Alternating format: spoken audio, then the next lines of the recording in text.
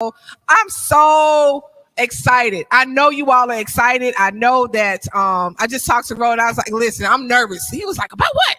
I'm like, man, I don't know what to say to bring you up on the stage. Like you're Roland.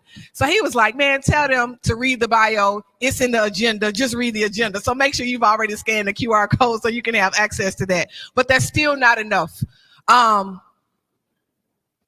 We don't have people today that we can have enough people today to have enough touch points on folks who are really, really saying and doing what needs to be said and do and done unapologetically across the country every single day. I heard a bishop say once that we live our opinions, but we speak our opinions, but we live our convictions. And I don't know of any other person that I can turn on the television every single day at 5 p.m. Central Standard Time on his owned Black Star Network to hear it. That's right. To hear it the way it needs to be heard. This giant of a man, this giant of an advocate, you all know the things that Roland has done. You know that he's interviewed presidents, that he is an author. In fact, you all are going to be purchasing his book later today, entitled White Fear, How the Browning of America, and I better make sure I quote that right because he's going to come out here and say, no, you got that wrong, girl. You got that wrong. White Fear, How the Browning of America is Making White Folks Lose Their Mind.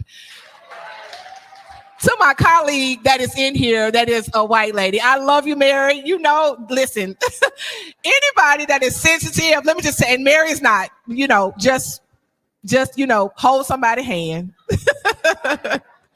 There is no offense zone. Like, I was very intentional. We were very intentional about making sure that we had someone that was going to bring the funk. That's what we need. We need someone that's going to bring the funk. And so listen, just in case you do not know who I'm talking about, or if you have not seen him in his work, let's check him out. We talk about aborting. We support life, actually giving babies the opportunity to live. I'm confused. I'm so confused. First of all, hold up. You're confused because you think I'm saying something that I'm not. Well, tell me what you're saying. What I'm telling you, I mean very clear. You cannot say you are pro-life when you vote against prenatal care for the mother. You cannot say you are pro-life when you vote against Head Start.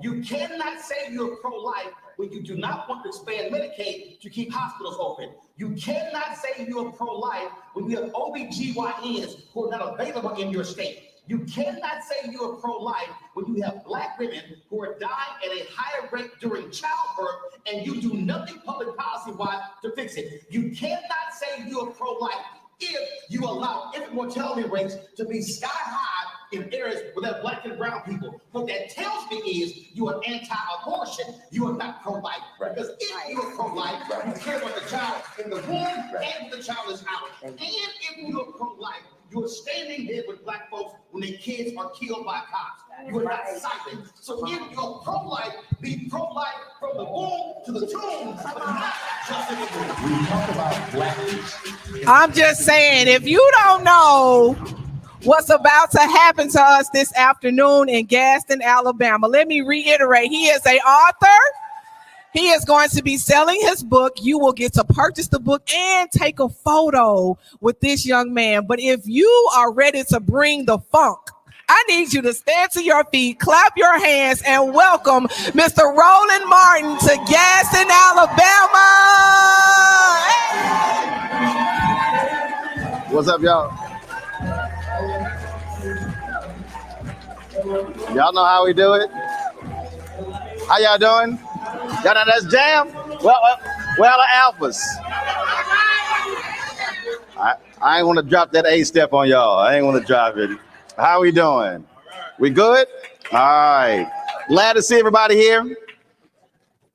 It is good to be back. I spend a lot of time here, Alabama. I literally was just here last week for our Black Journalists Convention. We were in Birmingham for our convention. And so we had a great time there. So it was very enjoyable. So let me do this here. So the brother run the camera, you're going to be on the camera because I'm moving. So I ain't going to be standing just at this podium, just letting you know. We also are live streaming this on the network. And like Deontay said, look, when you own it, you can do what you want, which is important because part of the problem that we have today in this space is that we're actually asking other people to tell our story. And so we're hoping they show up. We're hoping they provide coverage. You look at this gathering here, the reality is you're not going to see media outlets covering the folks who are in this room, covering this particular event. And so what often happens then is we see things that are happening and people say, well, I don't see our folks out here fighting on behalf of our children. I hear people on television saying, well, I don't see folks in Chicago fighting against gun violence. And I'm going, yeah, because you're not covering the stuff where it actually happens. The nation's first black newspaper was called Freedom's Journal. So it was launched on March 16, 1827. In the third paragraph, they said, we wish to plead our own cause, too long have others spoken for us. And that really has been the position that I've always had. And that is, I'm not interested in asking somebody else for permission to cover our stories. And the reality is that speaks to us in so many different ways, in so many different areas. I was in the back and I was sitting there texting Tyler Perry and we were talking about a couple of things. And the same thing when he spoke to our Black Journalists Convention in 2018 in Detroit when I had him there. And of course, many people remember the speech he gave at the BET Awards. He says, look, he said, everybody's talking about Oscars so white. He said, that's fine if you are spending all of your time trying to get a seat at somebody else's table. He said, that's great. He said, but I'm building my own table. And that's what he's done with his studio in Atlanta, what he's been able to do, because the reality is nothing changes in our society unless we own it.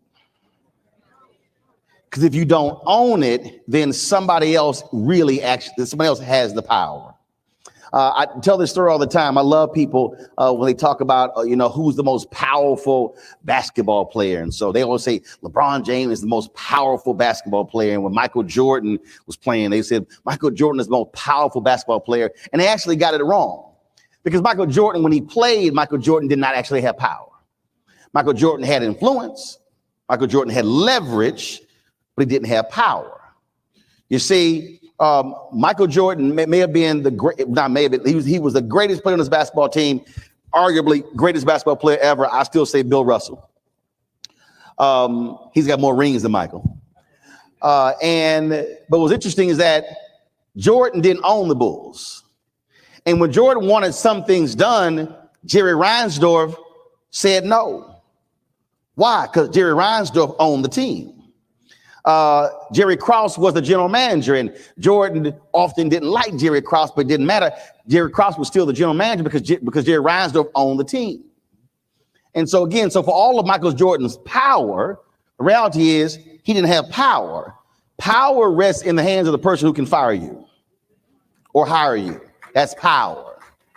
And in fact, he learned that when he went to the Washington Wizards. And so he was head of basketball operations. And then when Jordan decided to come back and play, that's when the Wizards, they sold out games. They had never made a profit in their history until Michael Jordan played. So then when he was tired of playing, he decided, okay, I'm going to come back and go back to my job in the front office.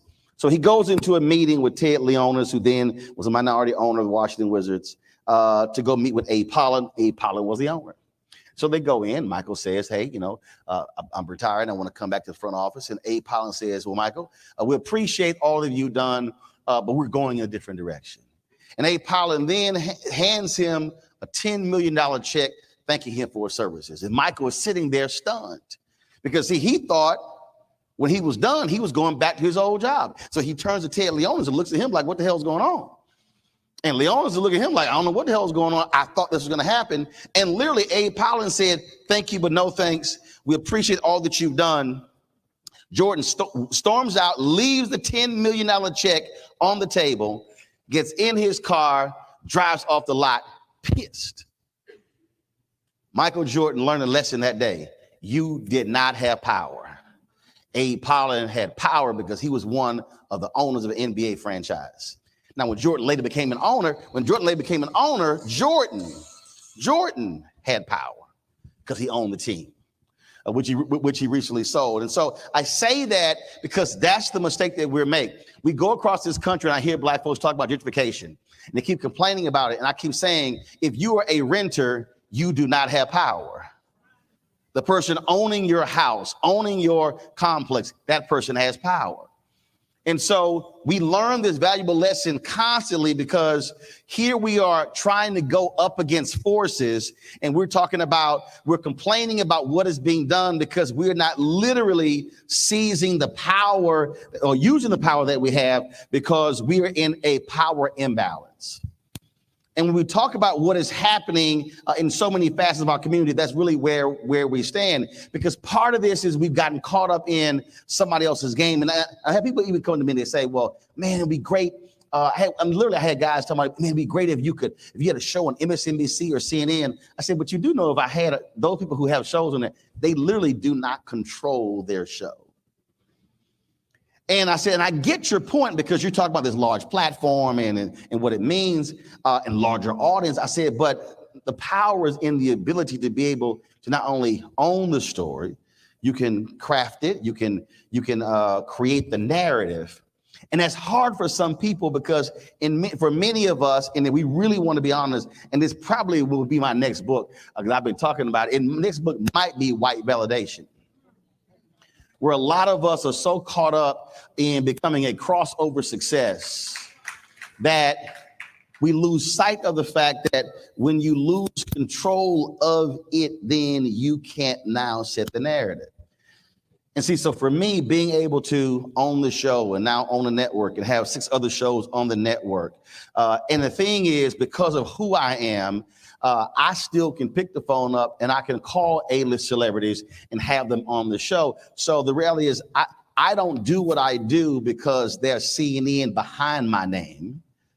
And I decided a long time ago that I was never going to be in a situation where things happen in my career because the back of my name had a title on it. There's a great movie called The Insider, and it's a true story about tobacco fight between CBS and Big Tobacco. And there's a great scene where Lowell Bergman was a producer of 60 Minutes. He says, Lowell Bergman, 60 Minutes, I wonder if my calls will get returned when that's not the end of my name.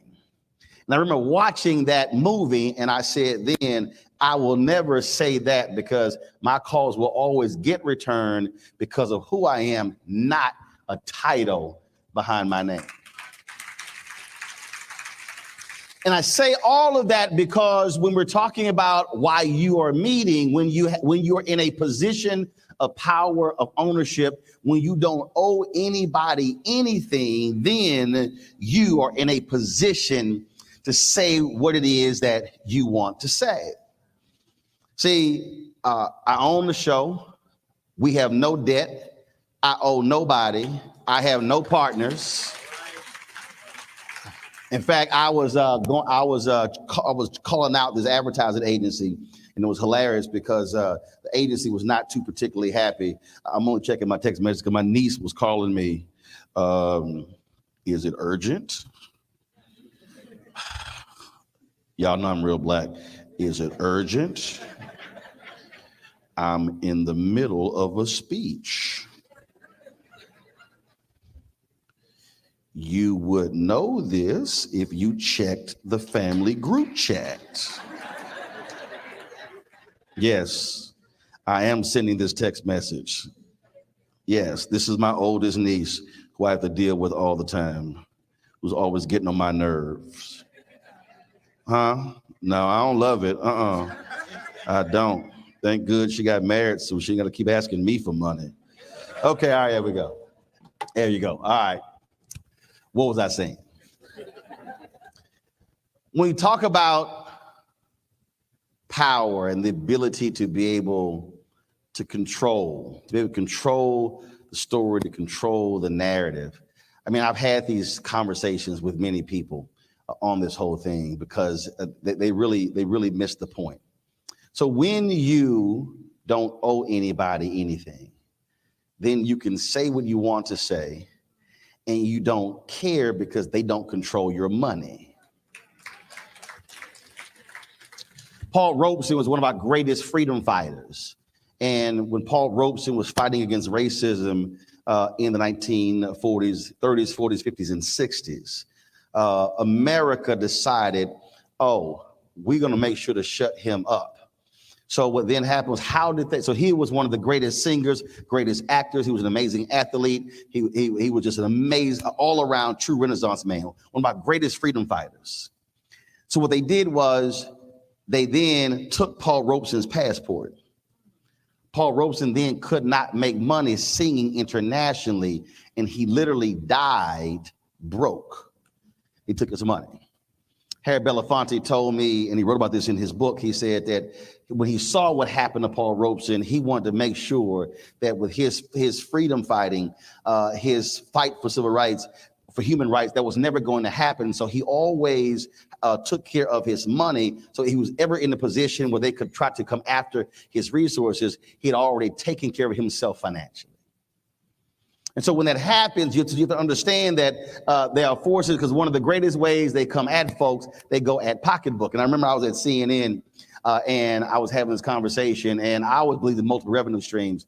And I had a white producer who's been quite paternalistic with his tone, and I don't tolerate that from anybody. And so he was basically saying, well, you know, you need to do this and you need to act right because what this could do for you. I said, whoa, bro. I said, let me help you out. I got 5 revenue streams.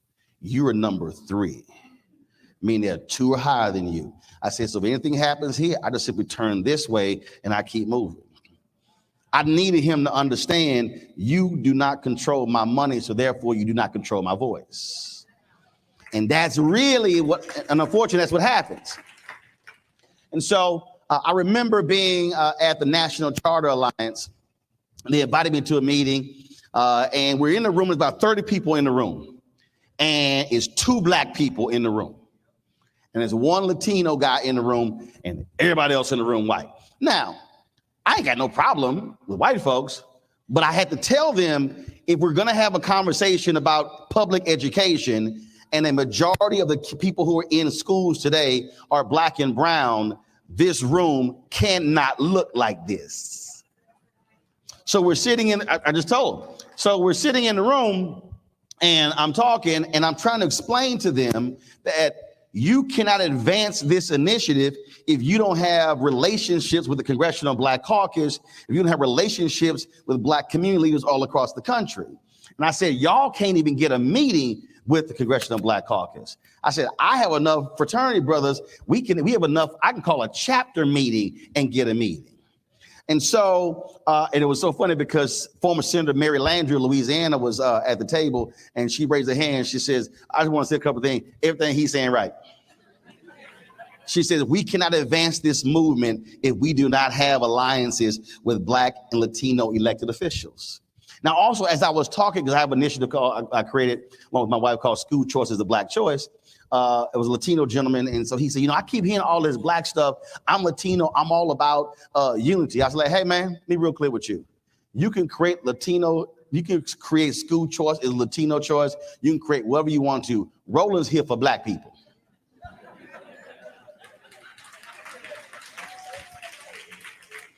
And so it was funny because the guy sitting next to me is with the Walton Foundation and a black staffer there. He really hadn't been listening to him because the guy was like, well, I don't really know who this guy is. And the black staffer was like, black people know who this guy is.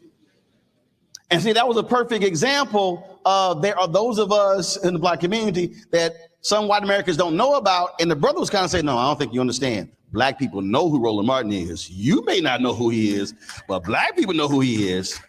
And so the guy was not sure about whether they want to do some business with me, with our initiative. And I'm sitting there trying to explain to him, I was like, you can't do a meeting with black people. I can. And I was trying to explain that. So after this particular meeting, he slides me a card. He was seriously sitting next to me, slides me a card. He said, I think it's time for us to talk. I'm like, yes, it is. Now, see, understand. We're sitting, and I want you to understand the opposite. So we're sitting in a room, and there are 2 black people in the room, 1 Latino guy. Everybody else is white. I wasn't scared to be black in that room. because I can't be scared to be in that room if I'm advocating on behalf of Black people. And then when I know exactly what is happening educational wise with Black people, I am not going to walk into certain spaces and I'm going to lessen my Blackness to make somebody else comfortable when the data shows exactly what is happening economically. And I'm gonna challenge white people, I'm gonna challenge Black people, I'm gonna challenge Latino people, Asian, I don't care. My motto as a journalist is, if you do good, I'm gonna talk about you.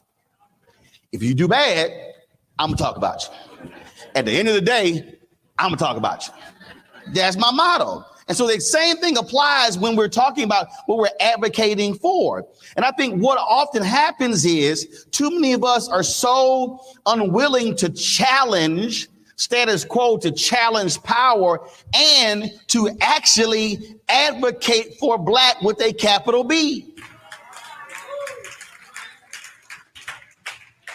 And so when we did the school choices, the Black Choice Tour, and Neonta was participating, we went to Birmingham, we went to Montgomery, went to these different places, and it was interesting because I was going up against Black people who were against school choice, who were against charters, and so I remember we had the thing in Birmingham, and there was this one person, he was like going off, and they were like, "Oh man, so and so's on your panel," and I was like, first of all, I've debated many people.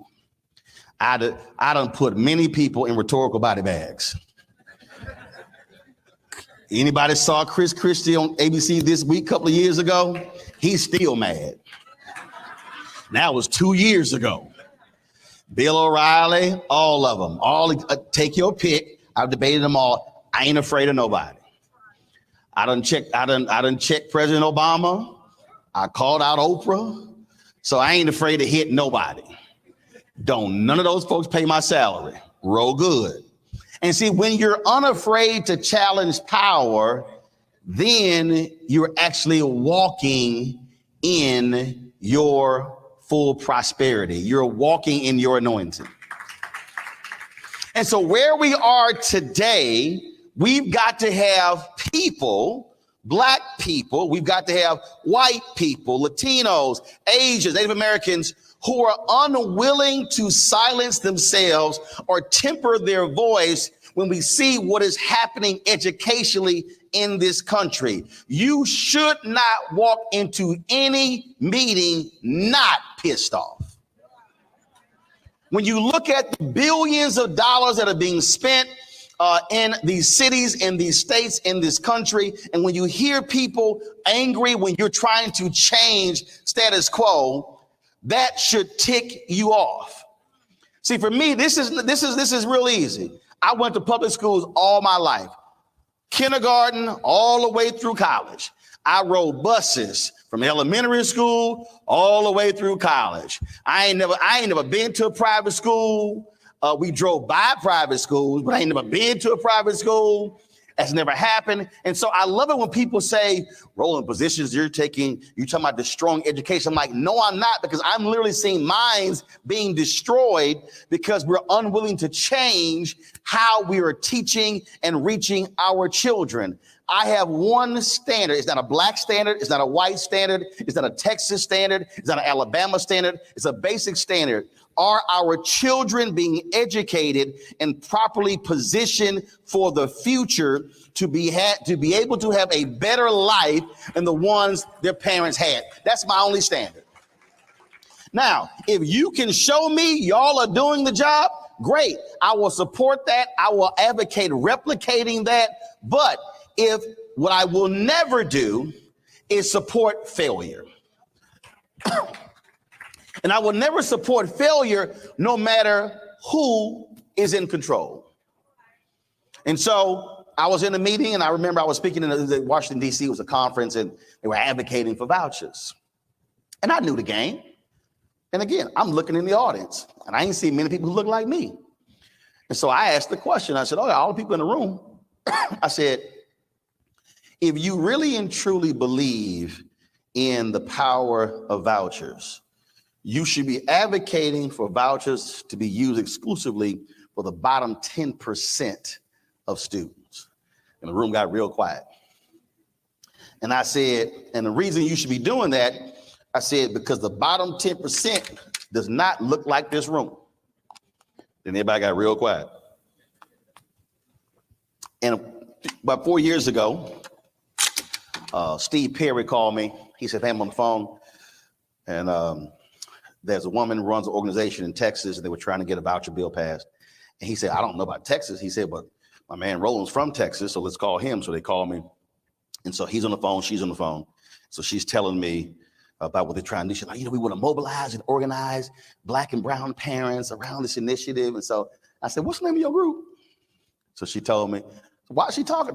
I'm Googling. So she's still talking. So when she got done, I was like, well, first of all, you're going to fail. I said, the proposal DOA. She's like, what do you mean? Now, mind, what she didn't realize, I was in Texas a couple of months earlier, and I was playing in the golf tournament with the Texas Legislative Black Caucus. They were all against it. And they were all coming to me like, Roland, we don't understand why you supporting this stuff. I said, well, let me explain to you why I'm supporting it. But I then began to explain to her, I'm trying to understand, how are you over a school choice initiative in Texas? And I said, let me ask you a question. Do you know who the high performing charter schools are in Texas that are Black charter schools? She says, no. I said, so I'm confused. You have a school choice organization and you don't even know who the high performing Black charters are in Dallas and Houston. I said, do you know why? She says, why? I said, because your whole board is white. I said, you're calling me wanting the Black parents to come to the state capitol to fight on behalf of an initiative, and you don't have any Black people on your board of directors. You can't even name to me the Black high-performing charter schools in Houston or Dallas. I said, you have no relationship with the Black community, but you want the Black community to come fight for you on an issue, and you don't even fight for the Black community. I said, so no, I ain't helping you with a damn thing. I said, here's my suggestion to you, because the Texas legislature meets every 2 years. I said, my suggestion to you is for you to take your behind to Houston and Dallas and go talk and meet with some Black people and some Black parents and some Black schools to learn what Black people want. And then when you do that, then you can ask Black people to come mobilize or organize to fight with you. I ain't heard from her since.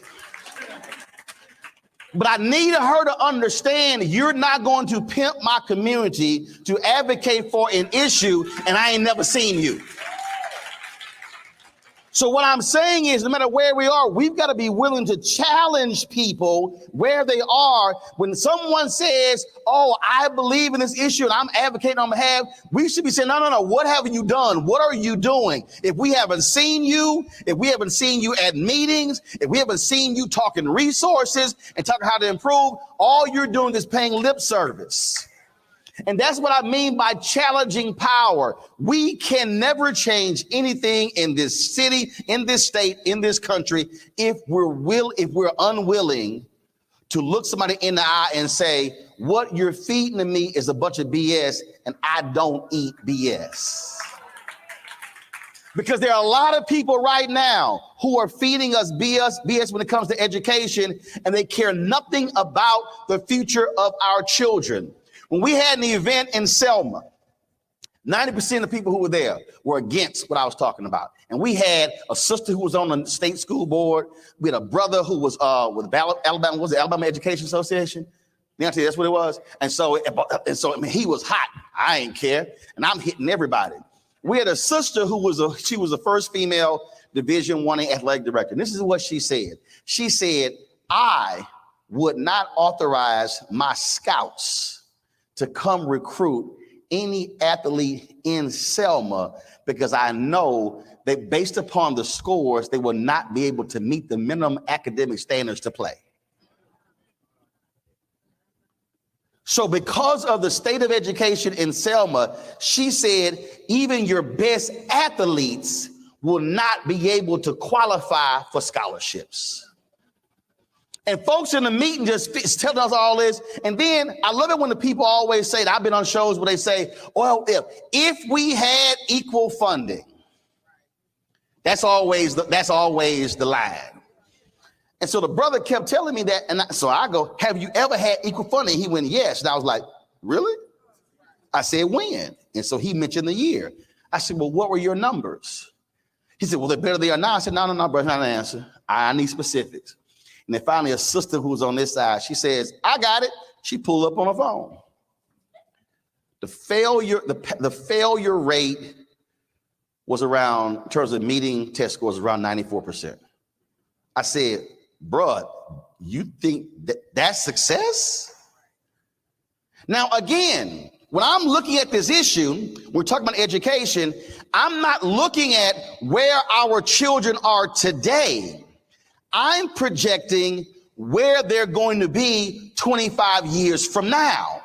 When I'm looking at how our children are performing in a classroom, I'm looking at what is their life going to be like when they are 25, 30, 35, 40, and when they have children.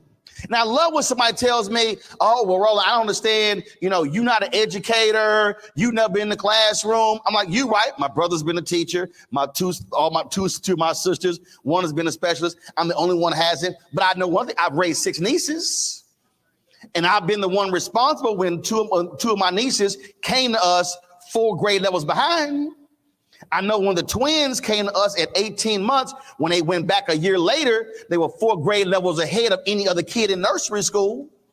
I understood exactly how we were teaching them and training them and raising them. I know exactly how my parents treated us. And what I made clear is I'm not going to let anybody dismiss the role of Black mothers and fathers and aunts and uncles when it comes to the education of our children.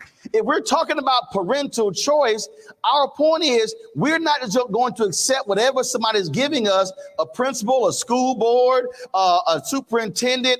Look, I had 2 parents. My parents, look, they're married 56 years. In June, both turned 76 this year, no college education, but every damn principal at every school we all went to knew exactly who the hell Mr. and Mrs. Martin was. I mean, like everybody. And they gave teachers hell. I remember we had one teacher called, they would complain to something about, you know, oh, your son's not acting right in the class. My dad was like, what do you exactly do? He was like, why are you calling me to handle your problem? I was sitting there like, damn, okay. I was like, I agree with you. Now, when he hung up, he was like, look, I need to shut your damn mouth up when your ass sitting in class. You're talking too much. I told my dad he needed to apologize to me for that because I was practicing then what I do now. I said, so you living in my house that I paid for, and I'm paying all your bills, so you owe me an apology because I was preparing then for my future life. I said, because I get paid to talk for a living now. I said, you benefiting from all this talking. I said, so all them butt whippers I got, you should apologize to me. He was like, that ain't happening. But they were constantly challenging those who were supposed to teach us. And they were constantly challenging them in every facet. And again, every school knew who my parents were. I remember being in the eighth grade and we're in the library and this teacher, Ms. Hart, she actually had the audacity, the mitigated gall, had a security guard check me to see if I had drugs on me. Because my eyes are bloodshot. First of all, my eyes been red since I was a kid. I grew up next to the ship channel in Houston, like literally all of them chemicals and everything from the day I was born. Grew up in Clinton Park in Houston. Like literally, I could look in the backyard and see the smokestack. So I got home. So I told my dad. My dad said, "Excuse me." So my dad said, "Go get the white pages." All right. So there's some people in this room. So the white pages was a thick book that had the phone numbers listed for businesses, for schools. Some of y'all looking like, I don't know some of y'all looking like, what the hell are the white pages? Y'all thought I was gonna call it the black pages. No, it's black print, but it's called the white pages. And the white pages, yellow pages. White pages about that thick, yellow pages about that thick. Some of y'all right now have no idea. Just go to a museum and or go to somebody's house who's 70 and older, go to somebody black 70 and older, or somebody white 70 and older. I guarantee you, they got a big ass book underneath. It's about 30 years old. You see what I'm talking about. So my dad said, go get the white pages. So I went and got the white pages. And he, in Harlem Middle School, he called principal. He called, I need to speak to Mr. Broussard.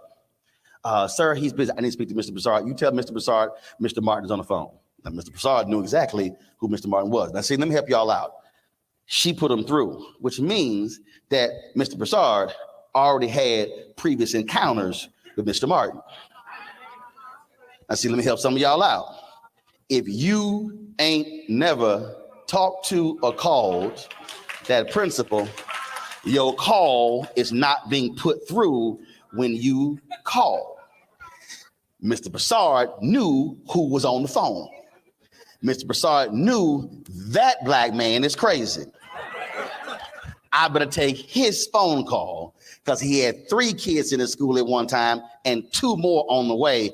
I got to deal with this black man for a long time. So he puts the call through, and my dad said, he said, my son just came home and with some disturbing news. He said, he said, first of all, none of my children ever use drugs. I dare anybody to question my kids using drugs. So my son is returning to school tomorrow. I fully expect that teacher to apologize to my son for what she did. And if he get home tomorrow and then tells me she did not apologize, I will be in your office 15 minutes after he comes home. Do you understand? And we ain't had no speakerphone because this where the rotary phones, wasn't no. I heard, yes, Mr. Martin, I understand. And the next day, I strolled up in that class. Now, you know the worst thing in the world when a teacher got to apologize to the student because you feeling yourself. And Ms. Hart, she was a white teacher. She had to apologize by having that security guard check me. But that never could happen, one, if mama and daddy were not engaged parents in the education of their children. And so if we're talking about how we are going to change this direction that we are in, it has to take place with the people who are in this room who are fully engaged and not nominally engaged. And I'm talking about it to the point, and see, there's some people who say, well, I think you're doing too much. There is no such thing as any parent doing too much if they're fighting for their child. Because understand, the fight that you are engaged in right now is going to have a direct cause and effect with the future life of your child. I could not be doing what I do today.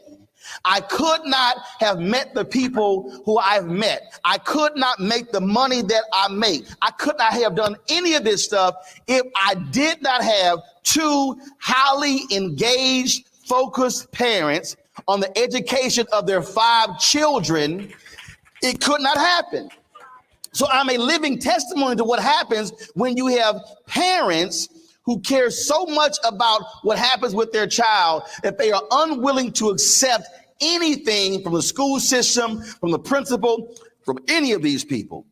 And then what then happened was, because I bore witness to what they were doing every single day in our lives, that then translated into how I was also challenging a system when I was in school.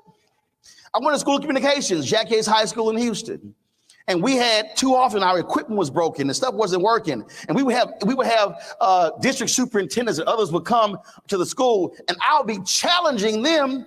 Why isn't this stuff fixed? They were looking like, who the hell is this? And then my principal would be like, look, y'all might want to answer his question because I was giving them hell.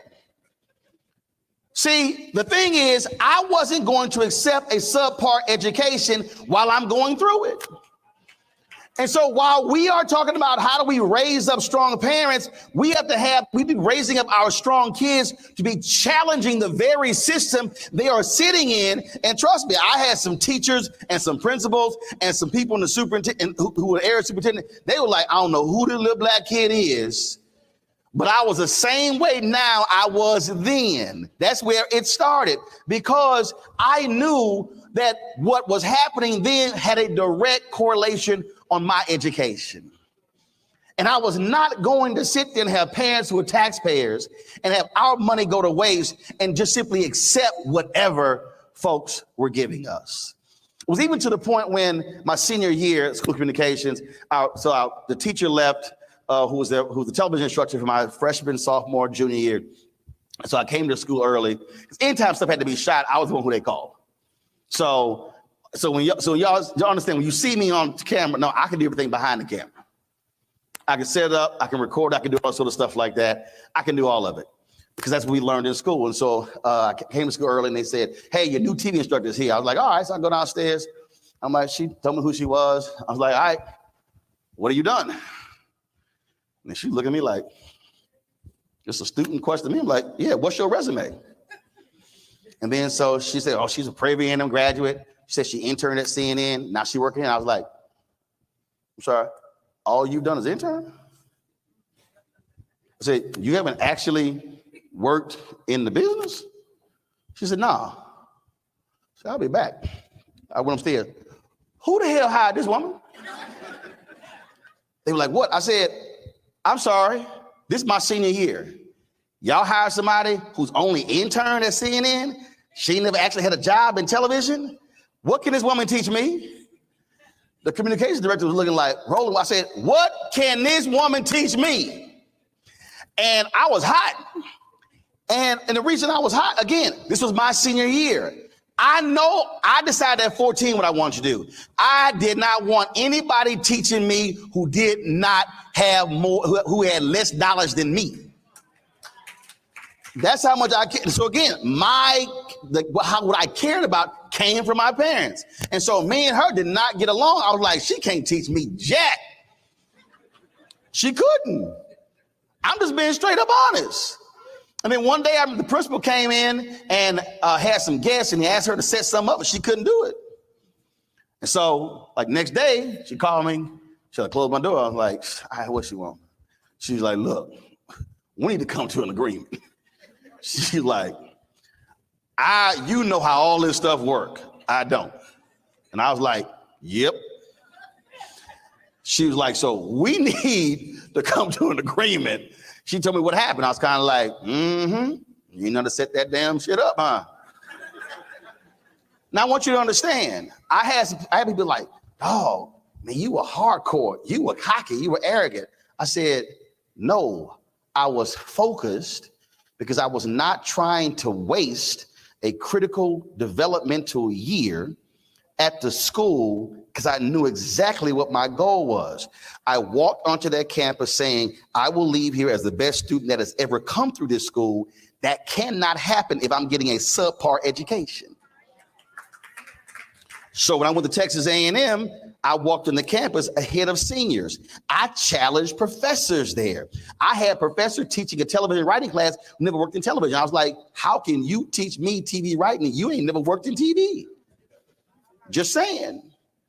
And I literally told her, you know what? Why don't we do this here? Why don't you teach the rest of the class separately? I'll just be over here. I did. I'm trying to get you. Y'all like, okay, he really is crazy. But again, I knew what I wanted and I could not accept weak teaching because it was not going to get me where I wanted to go.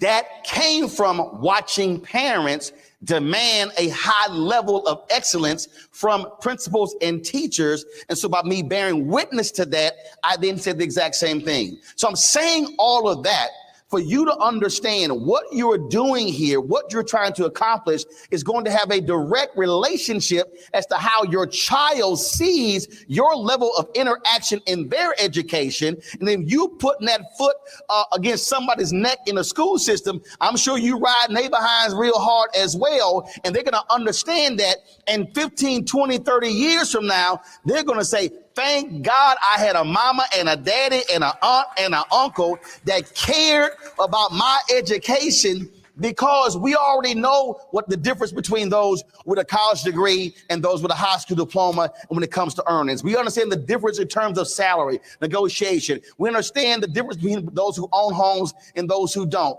Literally, what you're doing right now is going to have a direct bearing on the future economic imbalance between blacks and whites in America. I need you to understand this thing is much. I need you to understand this is not just about you.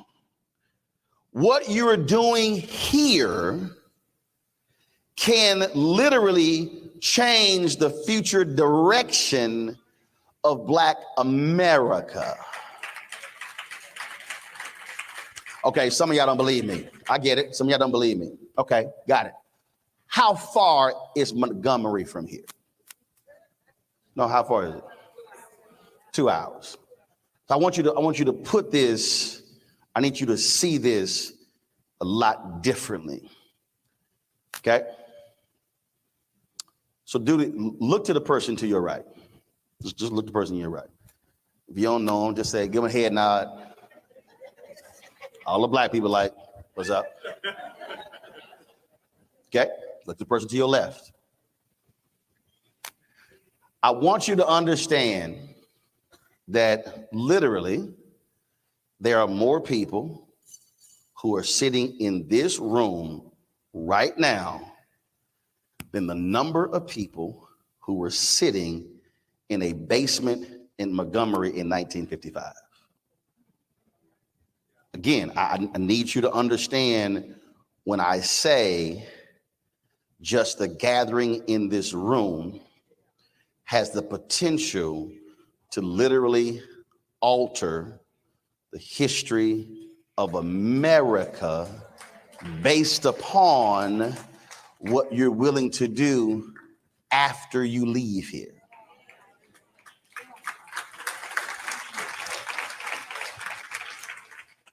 Everybody, many of us, when we talk about the Montgomery bus boycott, we ignore the fact that the Montgomery bus boycott, yes, it lasted 382 days, but it was initially a one-day boycott.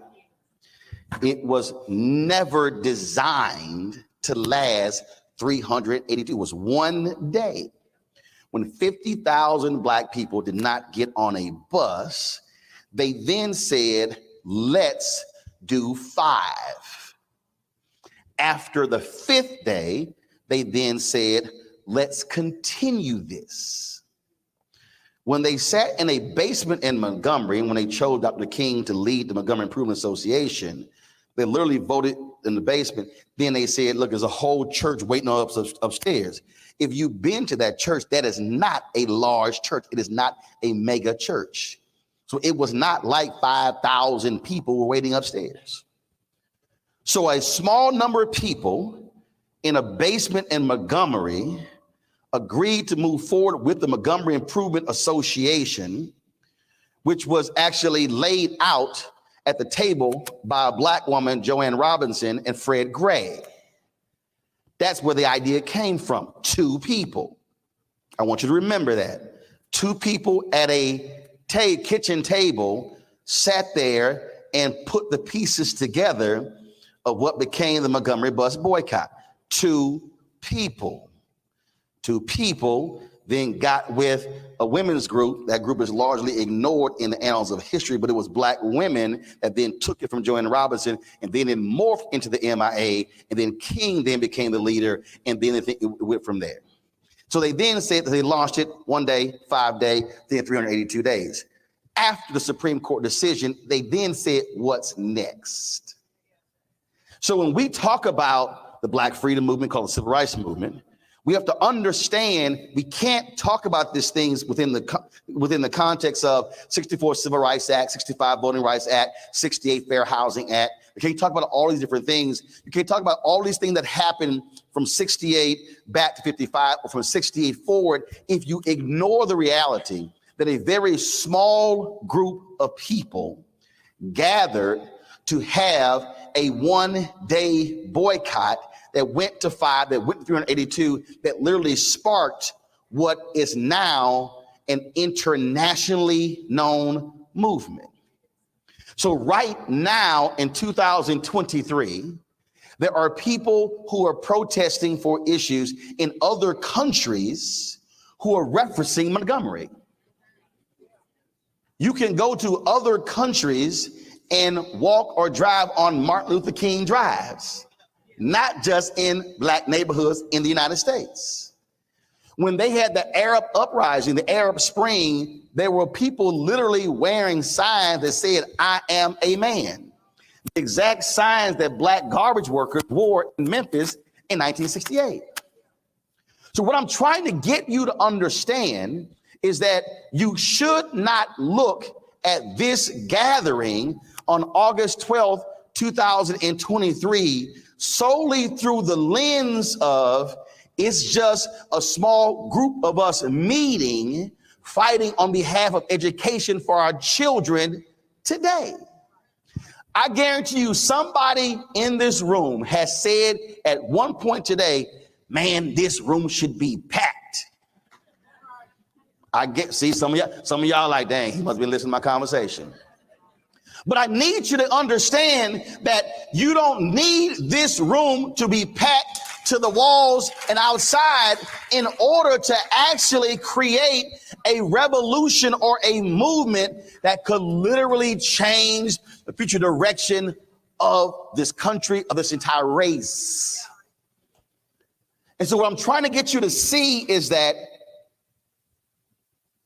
when we decide that we're going to focus on this one thing, and we're going to do this for the next 2 months, 3 months, 6 months, 9 months, year, whatever, and not worry about who's not here, not worry about who didn't show up, not worry about, man, I wish so-and-so should have been here. Because see, I don't waste my time with folk who are not here. So somebody says, man, this room should be filled. This is how basic it is. If you look at the size of this room, if you literally meet 6 months from now, and if each person in this room brought one person with them, you would not have any space left. Why am I breaking it down that simple? It's because one of our greatest mistakes when we talk about how do we transform things, transform communities, is we're so caught up on who's not here, who didn't show up, who should have been here. We overlook who actually showed up. We focus on why so-and-so should be here. I don't worry about who's not here. I spoke to my parents' men's church, place seated 3,000, and somebody said, we had probably about 800 brothers. Somebody said, man, it should be packed. I said, bruh, I don't talk to empty chairs. I talk to chairs where somebody's seated. And I was trying to get them to understand that. So when we now step back and go, okay, you're black Alabamians for education. So now what's next? What's next? How do we now take what I call moments and literally transform them into movements? You have the bearings right now already of a collection of people that when it's time to move on school districts, you have the data of who's already showed up. So who's from Birmingham? Raise your hand. Got it. Who's from Gaston? Raise your hand. Got it. Who's from Huntsville? Who's from Montgomery? Who's from Mobile? Who's from, so follow what I'm saying. So you already have, so the number of Gaston folks in here. When it's time to mobilize and organize something specific with the school district, you already have the body of people to march to the school district. You bring one each, they're gonna look up and say, who in the hell are these 300 people showing up? What's going on? See, what happens is, and this is one of the greatest mistakes that we do in our community, we have short-term gatherings with no long-term plans.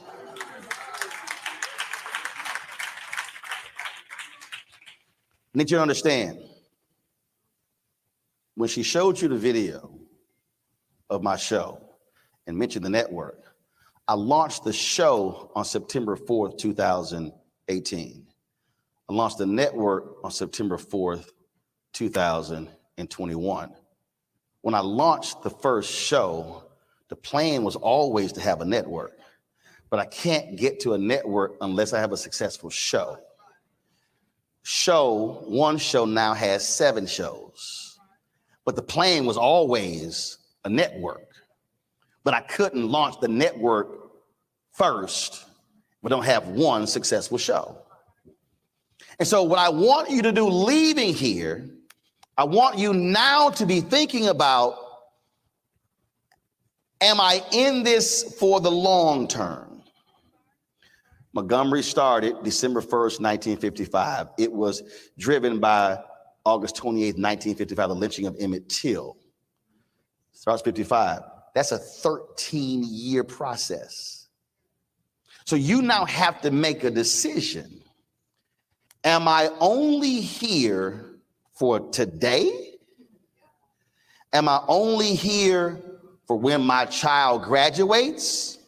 Or am I committed to this concept for now until I become an ancestor?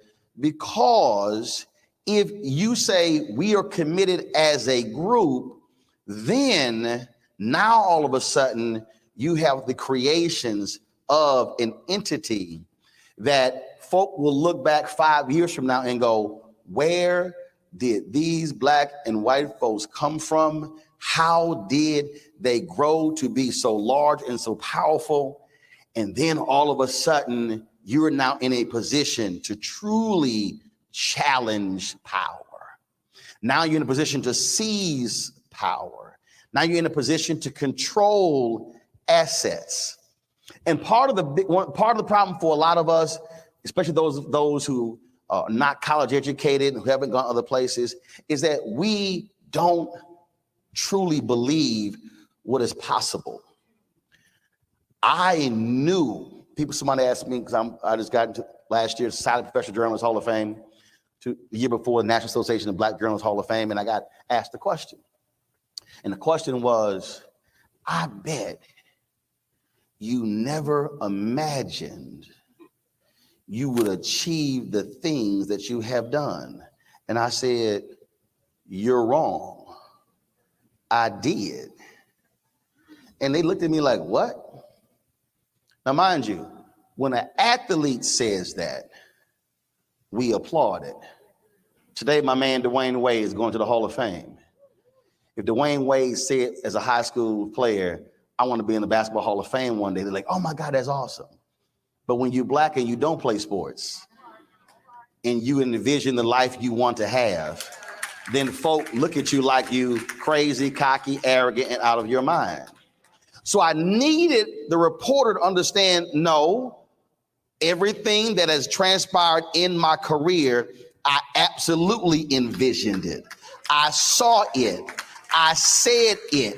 I articulated it. And I then demanded those teach me what I need to learn, because I knew where I was trying to go and what I was trying to get to. So no, I wasn't shocked that I achieved what I dreamed and what I visualized. And so what I'm saying to you is, right now, you should be thinking and visualizing, how far do we want to take this? What do we want to build? How major do we want this to be? And if you think large enough, you literally can create an educational movement that could rival the civil rights movement, that could change Black folks economically, educationally, and all the things we're talking about that have not been accomplished can be accomplished, but it cannot be done unless there is a group of people today willing to sacrifice, willing to meet, willing to organize, willing to mobilize, willing to challenge one another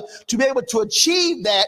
And if that happens, then 10, 20, 30, 50 years from now, there'll be people meeting in this state and meeting across the country, and they'll be asking, how did all of this change? And they will say, because a group of people with a common mission and a common purpose gathered in a ballroom in Gaston, Alabama, and they said they had the audacity to actually think bigger and think broader and larger, and thank God they did. But none of that can happen if when you leave here, you don't continue the work. Last point. I get young journalists come up to me and they say, man, I want to do what you do. And I know what they're actually talking about. That means they want the selfies. They want to be able to call major celebrities on their cell phones. They want to be able to be known. But my response to them is, but do you want to do what I do? Then they look at me like I'm crazy. I said, no, not what I did, what I do. Because they think what I did is past tense. I'm still working today. The work ethic still happens today. I could sit here and rest and chill. I could easily say, oh, NABJ, youngest living member inductee to the Hall of Fame. But my career didn't stop at 52. I got more stuff I want to do, which means that's the work. Which means that what you're about to embark on is going to tick some people off. And they might be in your family. They might be at your church. They might be the same political party. They might be your fraternity or sorority. They might be Eastern Star, might be Prince Hall Mason, might be Lynx, might be Alphas and Deltas. It does not matter. Some folk are not going to be happy with what you're doing. They're going to say, well, why are you challenging? Why are you doing this here? Because, and your answer is because I'm doing it for not just my children, my children's children's children's children.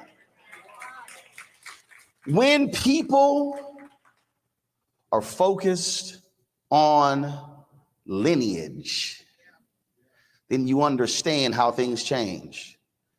We literally are sitting here because there were a group of people who were enslaved physically, but were not enslaved mentally.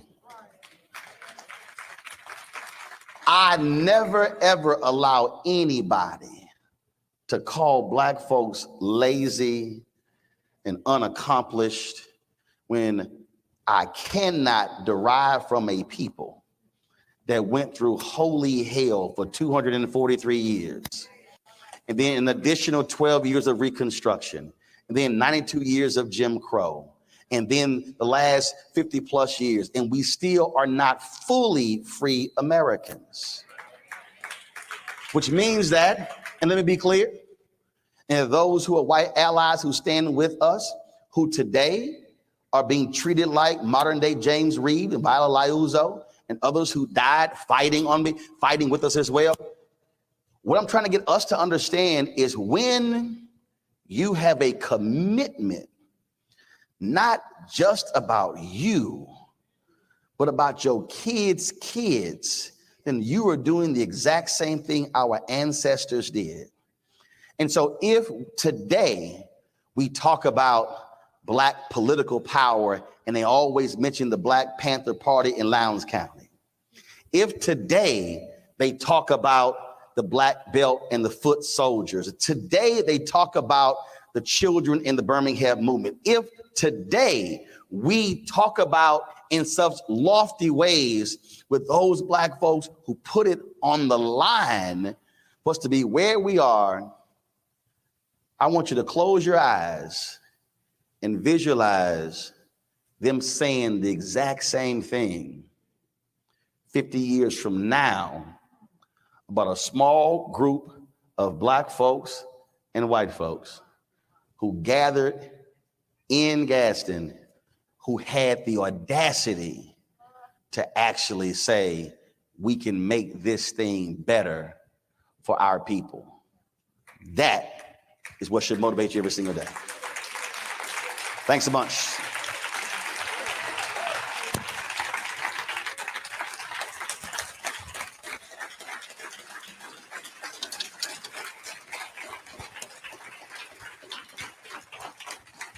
So Deontay, what we got? We got questions? What are we doing? Where'd she go? Okay, we got questions. Who has a question? I'll wait till she come on stage. I don't know where she at. Somebody got a question? Anybody? Yes. Stand up. How did you decide that this was the space for your Media is the second most powerful institution in the world behind the military. So when you look at, anytime there's a coup anywhere in the world, they get control of the guns first and media second. Media controls hearts and minds. So when you understand that level of power, media can build people up, take people down. Media can elevate folks and it can crush people. And so for me, it was understanding that. So it came down to two schools of communications. School of communications and law enforcement and criminal justice. Communications or lawyer, one of those two. And so that's what it was. And then when you begin to study and you begin to realize again how you can change things. I had somebody come up to me and the brother said, he said, man, you got the anointing, you should preach. I was like, nah, brother, it ain't happening. I did. I said, he said, well, I don't understand. I said, well, first of all, I said, I was in prayer and God said, I got enough people preaching. He said, you can speak to more people in 5 minutes of television than some preachers will speak to in an entire year. The question is then, how do you use that mic? If you go look at my Breakfast Club interview, I told Charlemagne and Envy the same thing. I said, respect the mic, because what comes out of your mouth into this microphone touches millions. So last night in Birmingham, a sister came up to me and she said, I made this blanket for you. She said, my mama homeschooled me, and all these years, you were my Black history teacher. She said, my mama made me watch your show, and the stuff that you covered literally taught me Black history my whole education life. So you never know who's on the other side of what you're, who's receiving what you're sending out. So when you use that mic properly, you know how you can impact. I got people come up to me and they say, I ran for office because I learned politics from you. I had a brother came to me at the Cincinnati Music Festival. He said, man, I went back to college because of you. So again, it's how you use your gift, how you can impact people. Next, yes. Question. We have the Supreme Court redistricting issue. Yep. Tomorrow, Monday, the court is reconvening. Yep. Are you going to cover? I don't think you covered. Yes, we have. Oh, yes, we have. I covered before the Supreme Court decision. Absolutely. And the Louisiana case.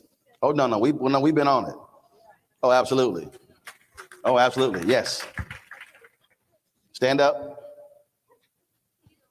Great.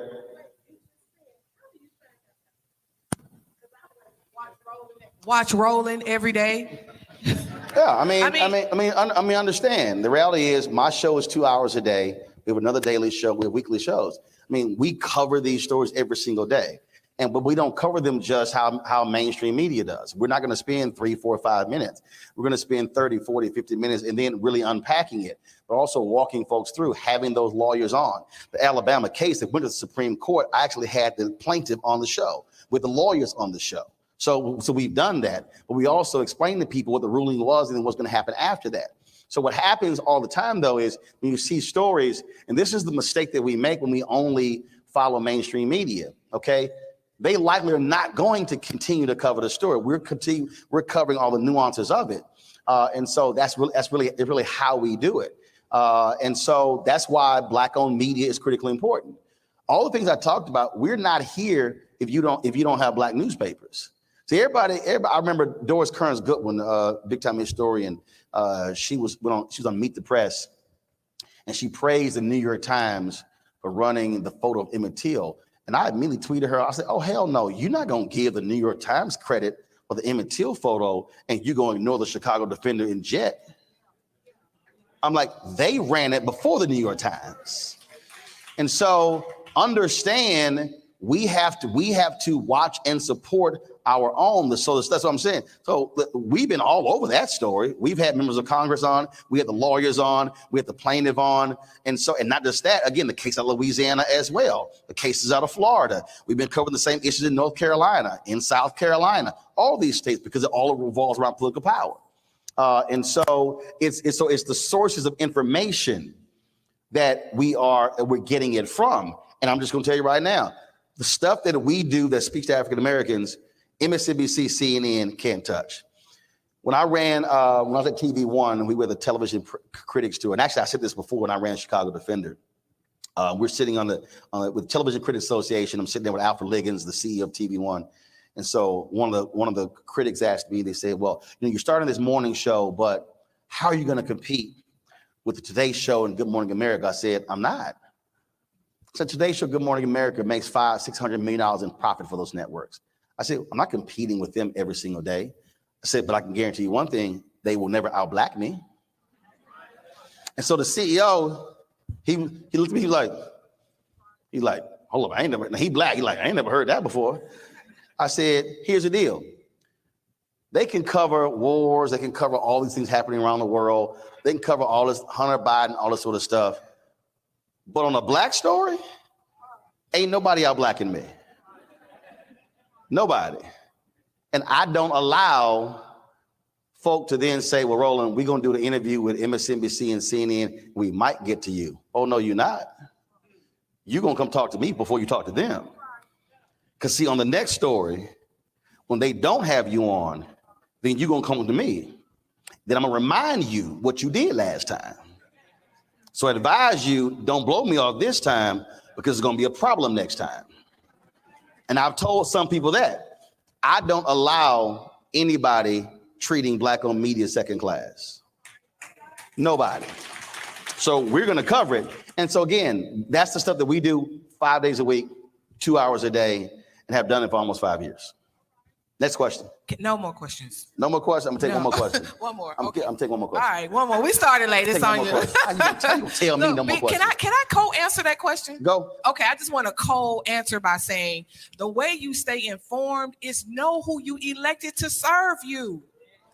Yep. Know who your school board rep is. Know who your city council member is. Know who your state senator is. Know who our state representatives are. I'm an elected official, and I'm telling you to know me. But even if, like I said this last night, everybody black in Alabama think Terry Sewell is their congresswoman. No. Now, let me clear. You might live in somebody else's congressional district. You are still a constituent. They still answer to you. What many of us do, we go, oh, I didn't vote for that person, so I'm good. No. You are still a constituent. And so I grew up, again, parents who were involved in Civic Club, challenging. I remember speaking to the city council when I was in 10th grade. So you are a constituent. Understand, this governor has to answer to you.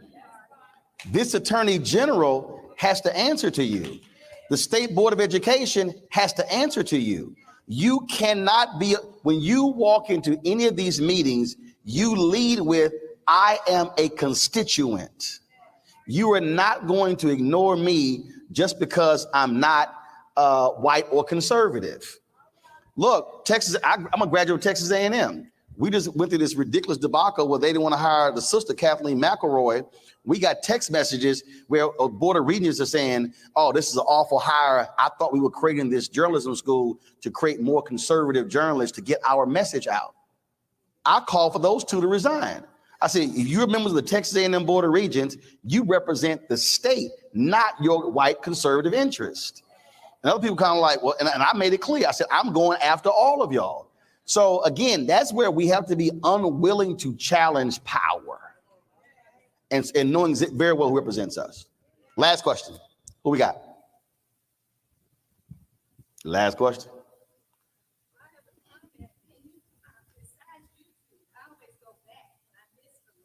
Yep.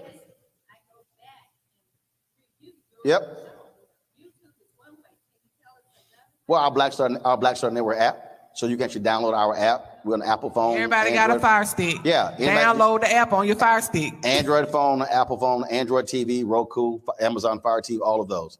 But also, again, go to YouTube. At the end of the day, that's worldwide. So we're on there. You know, our network, we're on Plex. We have a 24-hour streaming channel on Amazon News, on Plex TV as well. But we're on all different platforms. But I make it easy to folks. Just go to the YouTube channel. And yeah, if you missed the live show, we then restream it 5 times in the next 24 hours. And the beauty is, the content is always there, and that's the piece. And so these things are continuing to happen. You know, these issues that we cover. Again, we'll be restreaming this. And again, that's the power of when you control the platform. You're not asking somebody, can you please cover this? We're like, we're good, we got it, because we own it. Where'd she go? She come out here telling me no more questions, now she gone. All right, I'm gonna take one more question. You move, you lose. Yeah. No, you moved.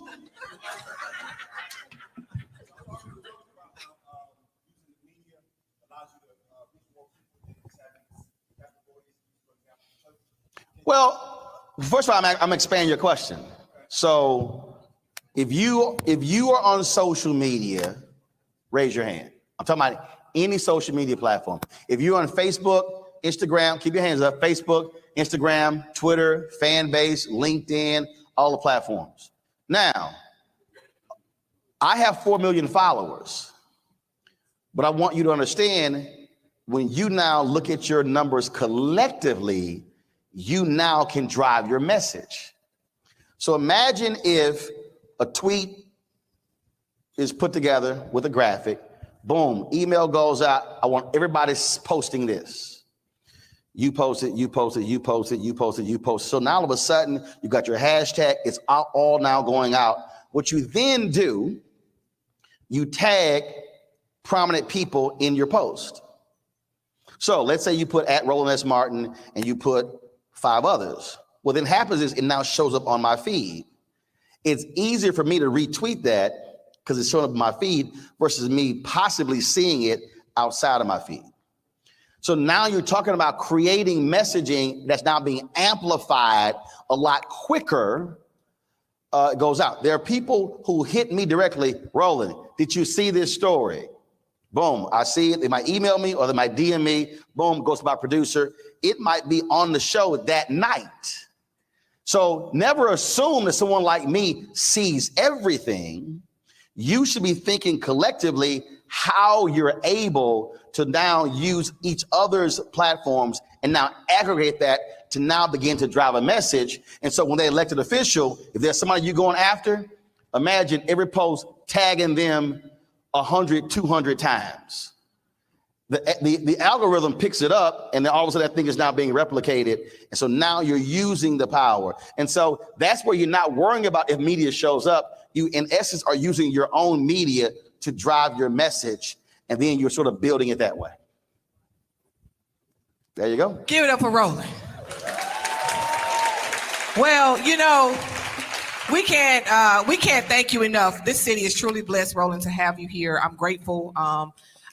The way I met Roland was through BAYO, the Black Alliance for Educational Options with Dr. Howard Fuller. I was living in Nashville and working with BAYO, and we had a little bit of resources, and I knew my time was coming closely to an end, and you were at Howard University. And I was like, I'm about to do 2 birds with 1 stone. I'm going to the new African American Museum, and I'm going to see Roland. And he gonna know me because I came in there with a t-shirt, like, look at this t-shirt. And it was about education, but I met Roland then. And of course, with BAYO, you had been through a lot of different events and activities with us. And so when we were blessed with this opportunity, I said, man, I'm bringing Roland home to Gaston. The people love you here. They're in the room. Divine 9 is in here. We know you love Alpha. And we know Alpha loves you. Life member. We know what does he say? That your founder, frat brother Vernon. Vernon Woodson Tandy. What does he say? He said, we will fight until hell freezes over, and then we will fight on the ice. Well, we don't have no ice, and I hope this not upside down. But we wanted to present you with something that we know you love. I hope you don't have this already. I don't. Good. We expect to see that in the studio behind the screen. She's like asking me, she's like, what's your line name? Where you play? Like, girls in the bio. Yeah, I didn't read that. That was too long. We know he's dope. But look at that. We just wanted to present you with something nice on behalf of Black Alabamians. So let me get in that photo. This can't fit in a suitcase. We'll get it back. We gotta ship this one. Yes. Okay. So what's next? We have abbreviated the second half of the day. And so at this point, 3 things are going to happen at the same time. The session. Yeah, give it up. Give it up. Give it up. Give it up. Thank you. Thank you. Hold on. We'll take one more from my phone. Come on. Okay. Take one on my phone. So I got a couple of followers. Make sure you tag Black Alabamians. You gonna tell me? Make sure I tag. I'm just saying, you giving the I'm not giving you giving the sauce, so I just want to make sure. Make sure. All How you right. gonna tell me? Okay, hold on. Thank you. Okay, we're gonna take a group Yeah, let's do selfie. a selfie. Shh, I got this. Ain't my first time. All right, hold up. Let's see if we got everybody in here. All right, we're gonna take on that side first. Okay, everybody on that side, smile. Okay, we're gonna go on that side over there. Okay, everybody. All right, there we go. Okay. Guest is in the building. Okay. I feel like I'm about to MC something. All right, y'all. We're gonna try to do 3 things at the same time. Roland is definitely doing selling his books and signing his books out front. So he's gonna be here until you all decide that everybody has purchased and you're done. We are still going to have the other 2 breakout sessions. We're going to try to do them in like 20, 25 minutes. So if you want to do the college and career readiness standards, I'm going to facilitate that. Going to move really fast, but it's great information that you should have. That's going to be in meeting room 2. And meeting room 3, do we still have time, Dr. Richmond? She's over there mad at us because we dug. If you had our first session, you know she's mad because we dug into her time.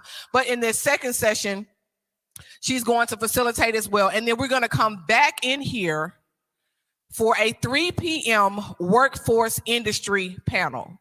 You guys got to hear from folks who are in the workforce industry to understand what's happening in the state of Alabama and across the country with employability opportunities. So the stage will change. So I'm wasting our time. Go ahead and go to your sessions where you want to be, or if you want to be out front, and he's going to be here. So you won't miss the opportunities to get a photo, to get a book signed. And I hope this was great. And we are dismissed from this piece.